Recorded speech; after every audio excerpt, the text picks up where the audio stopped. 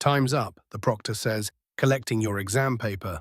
You sit still, pencil poised, as the room empties. Your math score will determine your eligibility for the prestigious university.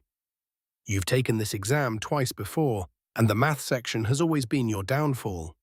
You glance at your paper, and your eyes linger on the questions you couldn't answer. You walk out of the exam hall, and the bright sunlight makes you squint. You take a deep breath, feeling a mix of anxiety and frustration. Your hands fumble through your bag, searching for your calculator. You start to hide notes inside it, thinking that this will give you an edge next time. You repeat this action every day, rehearsing the exam in your head, calculator at the ready. "I'll just glance at it quickly," you mutter to yourself, as you practice sneaking peeks at the hidden notes. Your hands move swiftly, trying to memorize the formulas and equations, but the more you practice, the more anxious you become. The day of the next exam arrives, and you're seated at your desk, calculator in hand. As the proctor hands out the papers, you feel your heart racing. You start to flip through the questions, and your eyes dart towards the calculator. But then you hesitate, your fingers hovering over the hidden notes. You think of all the times you've rehearsed this and how it's made you feel. You look up, and your eyes meet the proctor's gaze. "I need to talk to you," you say, your voice barely above a whisper. The proctor's expression turns quizzical. "What's wrong?"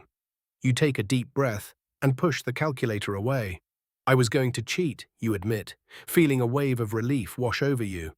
You leave the exam hall, forfeiting your chance to take the exam. The walk home is long, and your feet carry you on autopilot. You think about what you've just done and the consequences that will follow. You'll have to retake the exam, and you'll lose a year of eligibility for scholarships. Your hands feel empty, and you realize you've been clutching your calculator all this time.